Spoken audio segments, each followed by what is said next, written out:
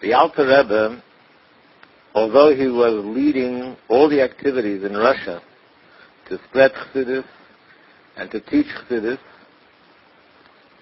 nevertheless, he did not accept the official title of being the Nasi and the Rebbe.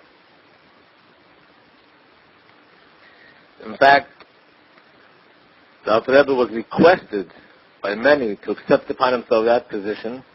The Alter Rebbe refused.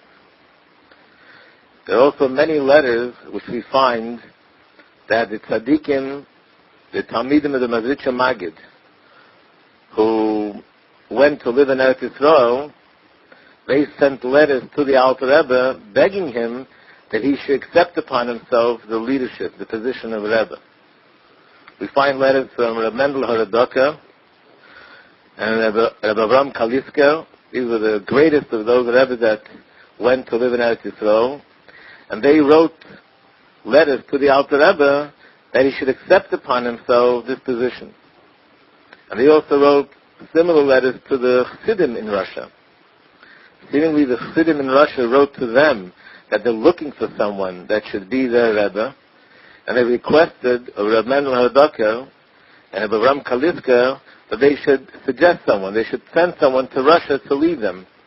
And their answer was, and there are a number of letters documented, where they write to them, there's no need to send anyone, you already have someone, and he is the one that you should choose. And they write tremendous praise on the Alter Rebbe, and begging these Chassidim they should accept the Alter Rebbe as their Nasi. However, the Alter Rebbe refused that position. And the official title, so to speak, of the Alter Rebbe in those days was the Magid of Lozhna.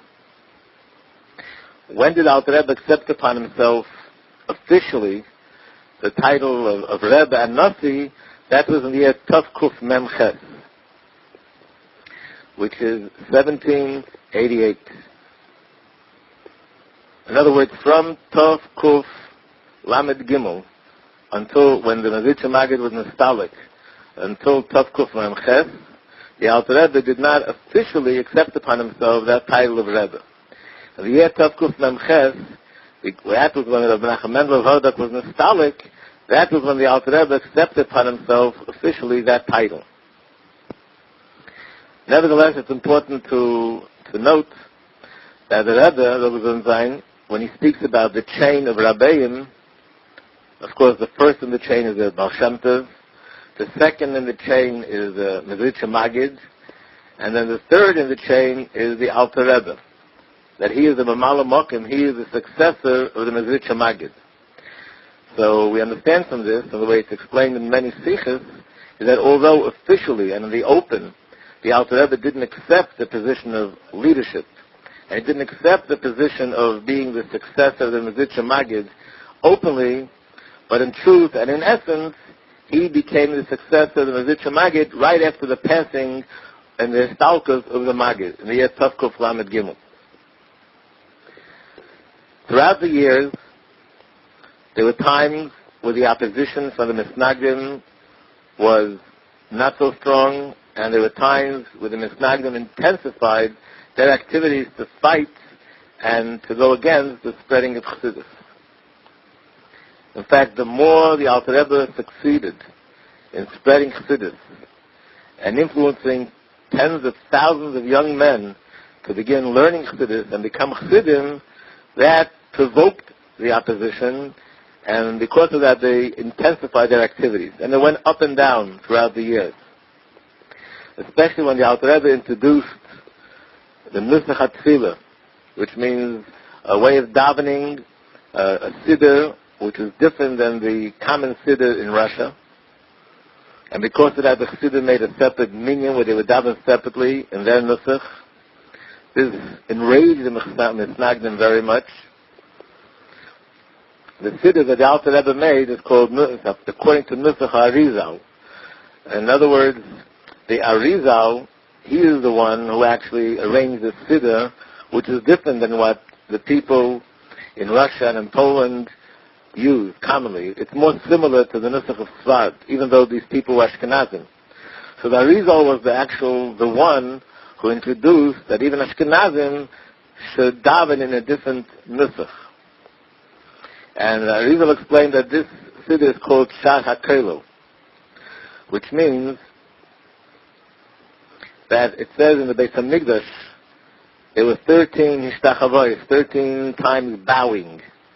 And the bowing down 13 times, this corresponds to the fact that we find in Yechezkel, the prophet Yechezkel describes the third Beis HaMikdash that there will be 13 gates. Why 13? 12 gates for each shevet, for each tribe. And then there's one gate which is a Shar HaKelo, a general gate. In other words, there is a gate for each tribe specifically, but then there's one gate that is for all tribes. That means that how this relates to davening, as we know the Beis HaMikdash is a place of davening, Beis Tfilahi Yikari L'chol Amim, that davening is everybody's personal connection to Hashem, but each shevet, each tribe, follows a different path. Although all Yidden, all the Jewish people, follow the same path of Torah mitzvahs, but then in the details, and specifically, each tribe follows a specific path in terms of how they serve Hashem. And because each tribe has a specific path, that's why in the Beis HaMikdash there is a specific gate for each tribe, indicating that each tribe has their gate, their path, their approach, how they come to Hashem. But then there's also a general gate that includes all tribes. And the Rizal explained that years ago, when people knew exactly where they came from, which tribe they were related to, then it made sense that each one would daven in their specific way. Now that we don't know which tribe we belong to, the Rizal said, therefore it's necessary to put together a siddur, which even though generally speaking, it's very similar to the siddur that people always use, but there are specific details which he changed, and that is designed for the Shar HaKelo, that our tefillos, our prayers should go through the general gate. So therefore every Jew, regardless of which tribe he's from, can connect through that general gate. So the Siddur that Rizal is designed to reach the general gate for davening in heaven. The Alter Rebbe had many different Siddurim. They were all based on the Rizal, but they were different. Different Mekubalim, different Kabbalists wrote the Siddurim based on the teachings of the Rizal, but there were various versions. The Alter Rebbe sat down actually with 60 Siddurim, and he, with his wisdom, with his holiness, chose a specific version, which is the Siddur of the Alter Rebbe. Also, the Alter Rebbe instituted a certain law in connection to shechita, the knives that are used for shechting an animal, which were different than what the other people used. And this also provoked tremendous opposition, because that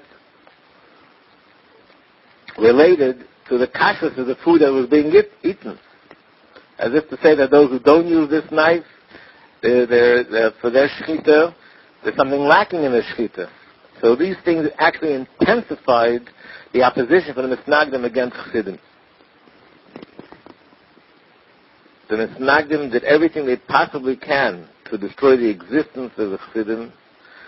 They did everything they possibly can to destroy their shuls, the separate shechita that they established, and in many cases they used literally brutal force to destroy the livelihood of a chassid and to hurt the chassidim. And life was very difficult for a chassid at that time. And this is both in Poland and in Russia. As a result of this, Alter Rebbe sent a lot of letters to different Misnagdish leaders, begging them and pleading with them that they should act in a peaceful way. And many of these letters succeeded. In some cases succeeded. The people that he wrote to, they calmed down the opposition. And in some cases, the people he wrote to, actually they themselves eventually became Chassidim after getting the letters from the Alter Rebbe. The tactic that the Misnagdim used to intensify the opposition was, in that time, the greatest Torah scholar in the Misnagdish circles was the Vilna Gaon. That's what he was called. He lived in the city of Vilna, and he was known in the whole world as the greatest Torah scholar of that time, the Vilna Gaon. And they would constantly come to the Vilna Gaon with all sorts of blood libels, distorting facts, and telling him all kinds of stories about the Chassidim, how they are against Torah and they violate the mitzvahs. And they found ways of bringing this information to the Vilna Gaon in a way that he should accept it and believe it. And as a result of that, he would come out with statements which would generate much more of an opposition against Chassidim. One of these incidents happened with an individual by the name of Avigdor. We did mention his name earlier, how even in the times of the Maggid, he came into the city where Rebbe Yitzchak was, in the city of Pinsk, and how much he persecuted and he caused so much pain to the Rebbe Yitzchak. We'll also speak about him later. He was the one that informed the Russian government against the Alter Rebbe and led to the Alter Rebbe's arrest. And God forbid, his intention was to have the Alter Rebbe executed. So this Avigdor, who was a Rav, he was a learned person and a scholar, and he was a Rav in the city of Pinsk. It seems that there was an incident, a shaila, a question of halacha that came up, and he gave the psak. His verdict was, in reference to that subject, that it's not permissible, whatever the issue was. Rebbe Yitzchak wrote about the same thing, that it is permissible. And he explained it at length and elaborated on all the sources in Shulchan Aruch that it is permissible. When this Avigdor saw what Rebbe Yitzchak wrote, it was a tremendous insult to him because it proved that what he said was wrong and against halacha. Instead of being an honest person and just saying, I made a mistake, the anger rose in him, and he traveled to the city of Vilna, and he told the Vilna Gaon the shaila, what the question was. But of course, he didn't give over this case very accurately. Here he added a little bit, and here he took off a little bit, and he presented a story which is a little bit different than the actual fact. And he presented it that way to make sure that the Vilna Gaon will say that it's not permissible. And after the Vilna Gaon said that, he said to him, and you know what? One of the rabbis of the Chassidim, Rebbe Yitzchak, he said it is permissible. So we see from this that not only the Chassidim, they only learn Chassidus, they don't learn any Gemara, they don't learn Shulchan Aruch, but they actually get involved in giving psak halachas in subjects they know nothing about. And they're destroying the Jewish world. And this brought the Vilna Gaon, to be very upset and very angry, and to come out with statements against Chassidim. Another thing that this Avigdor did, he forged the Alter Rebbe's signature, wrote a letter as if the Alter Rebbe was writing it, and in that letter he wrote horrible things about the Vilna Gaon, which is actually, it was even inappropriate to repeat them. Then he showed the letter to the people in Minsk and in Vilna, and said, look what their leader writes about the Vilna Gaon. Naturally, this angered them, and in different communities they came out with statements and declarations against the Chassidim. And in some places they renewed the excommunication against Chassidim.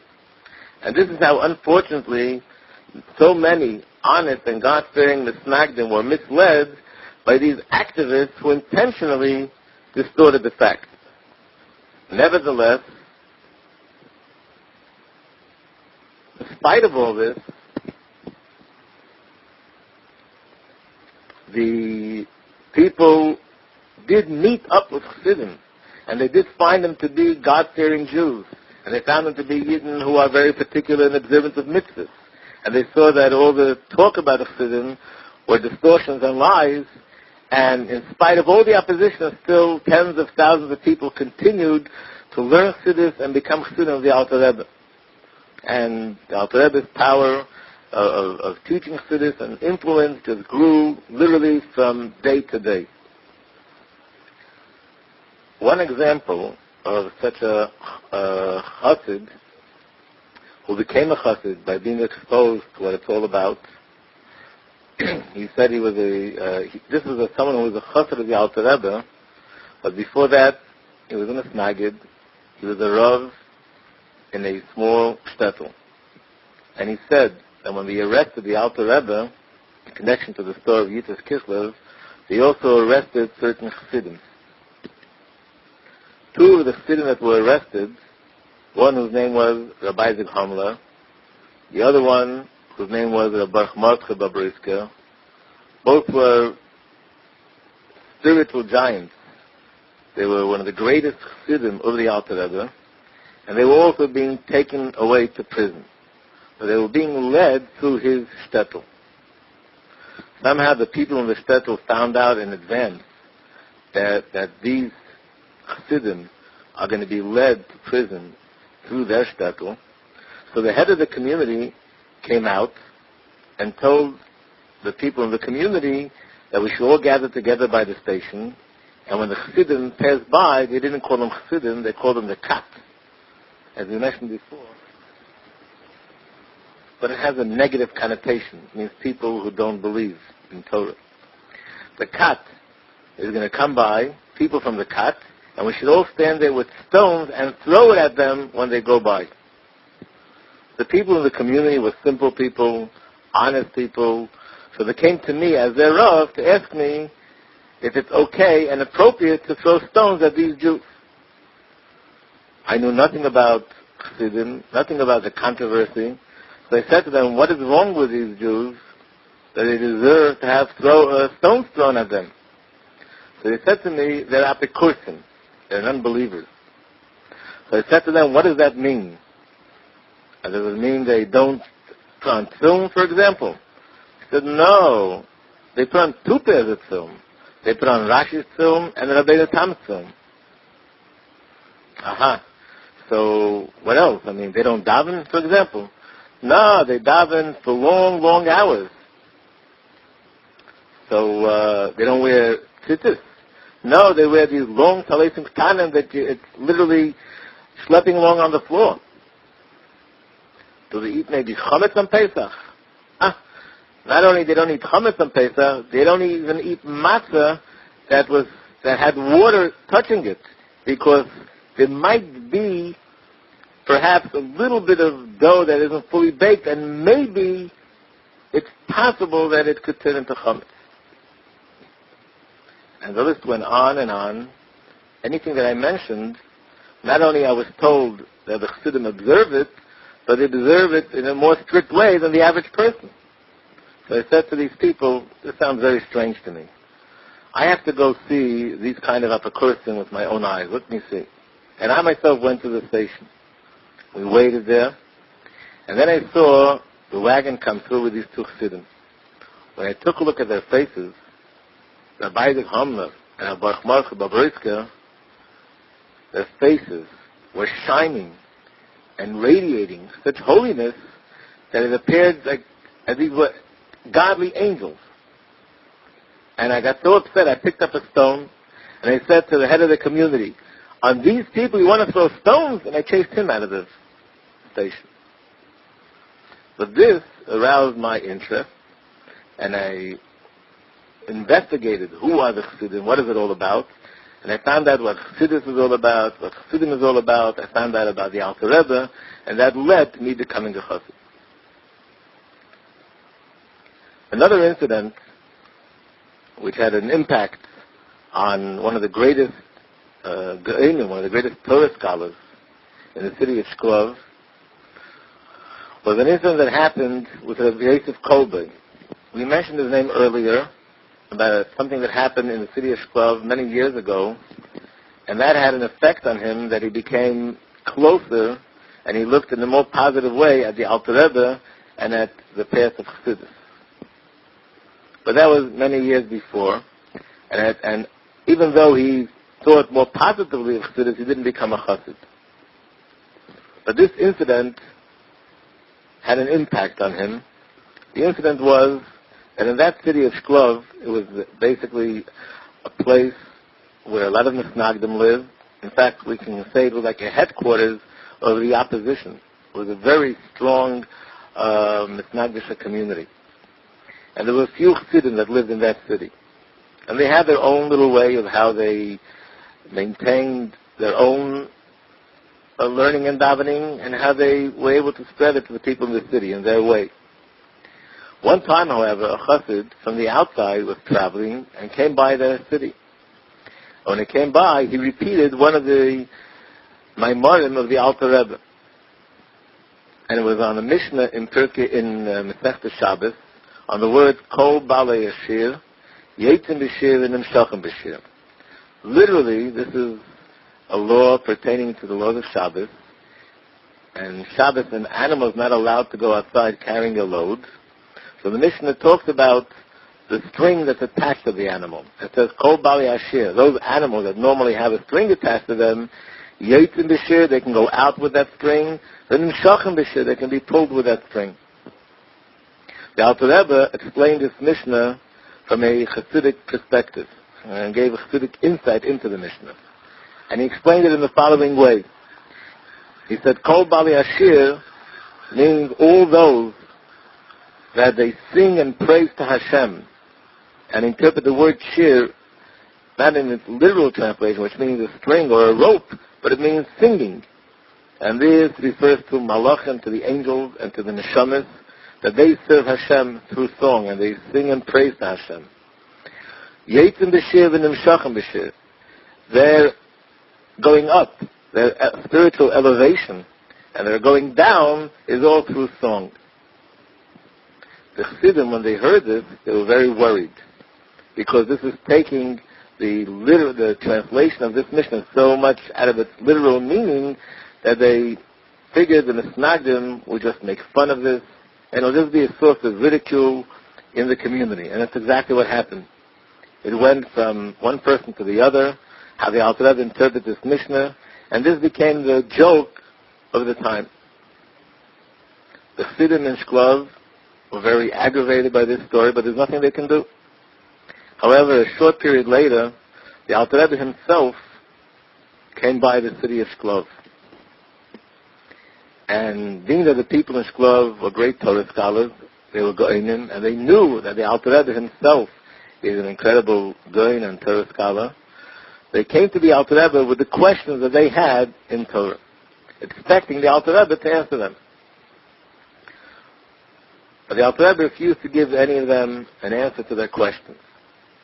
So they decided, let's all get together collectively in the shul and invite the Alter Rebbe there, and perhaps there, when everybody's together, the Alter Rebbe will answer the questions. And that's what they did. And the Alter Rebbe accepted the invitation. So they came to the big shul, which they called the cold shul. The Alter Rebbe came there, and all the people gathered there with their questions that they were going to present to the Alter Rebbe. The Alter Rebbe got up on the bima, and he said, you want to hear words of Torah? You want to hear answers to your questions? Instead, I will sing a song, sing a nigun. The Alter Rebbe sang a nigun. Now first the Alter Rebbe gave over the Mishnah, exactly the same thing that the Chassid repeated a few months earlier. And he said, Kol Balei Yashir, Yetzim B'Shir, v'Nimshachim B'Shir. This means Malachim and Neshamas, that they are serving Hashem through singing and praising Him. So through song you can be elevated, you can go up and down in your service to Hashem by singing. Then the Alter Rebbe himself began to sing a nigun, a very deep, soul-stirring nigun. And as the Alter Rebbe sang, everybody there was lost deeply in their own thoughts. And all the Go'inim that gathered with their various questions suddenly found that to their minds an answer came to the question that they had. And Rabbi Yosef Kolbe explained that about Alter Rebbe singing, he lifted them up to a higher spiritual plane, and that's how the answers came to their minds. This had such an impact on Rabbi Yosef Kolbe that he made his decision to become a chassid of the Alter Rebbe. Up until this point, because of previous incidents, he also had a positive attitude towards the Alter Rebbe.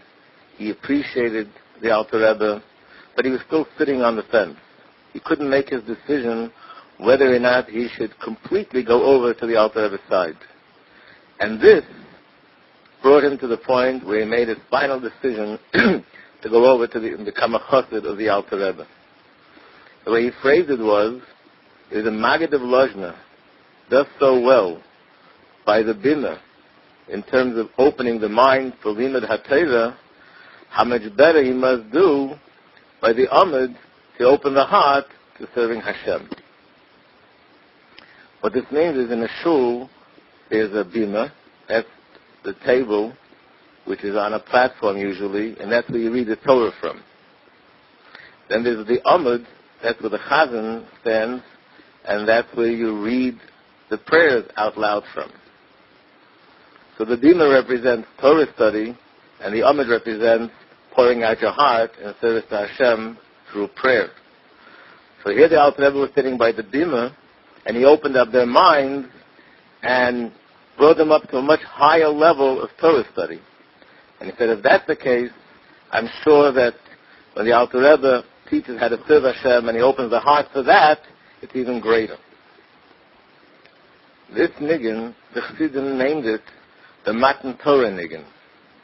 In other words, this niggin brought about such an incredible, spiritual, godly experience, which they compared to, on a personal level, it was like Matan Torah that the Jewish people experienced at the time that the Torah was given. There's a similar story of how a group of Chassidim became Chassidim of the Alter Rebbe through the Alter Rebbe himself.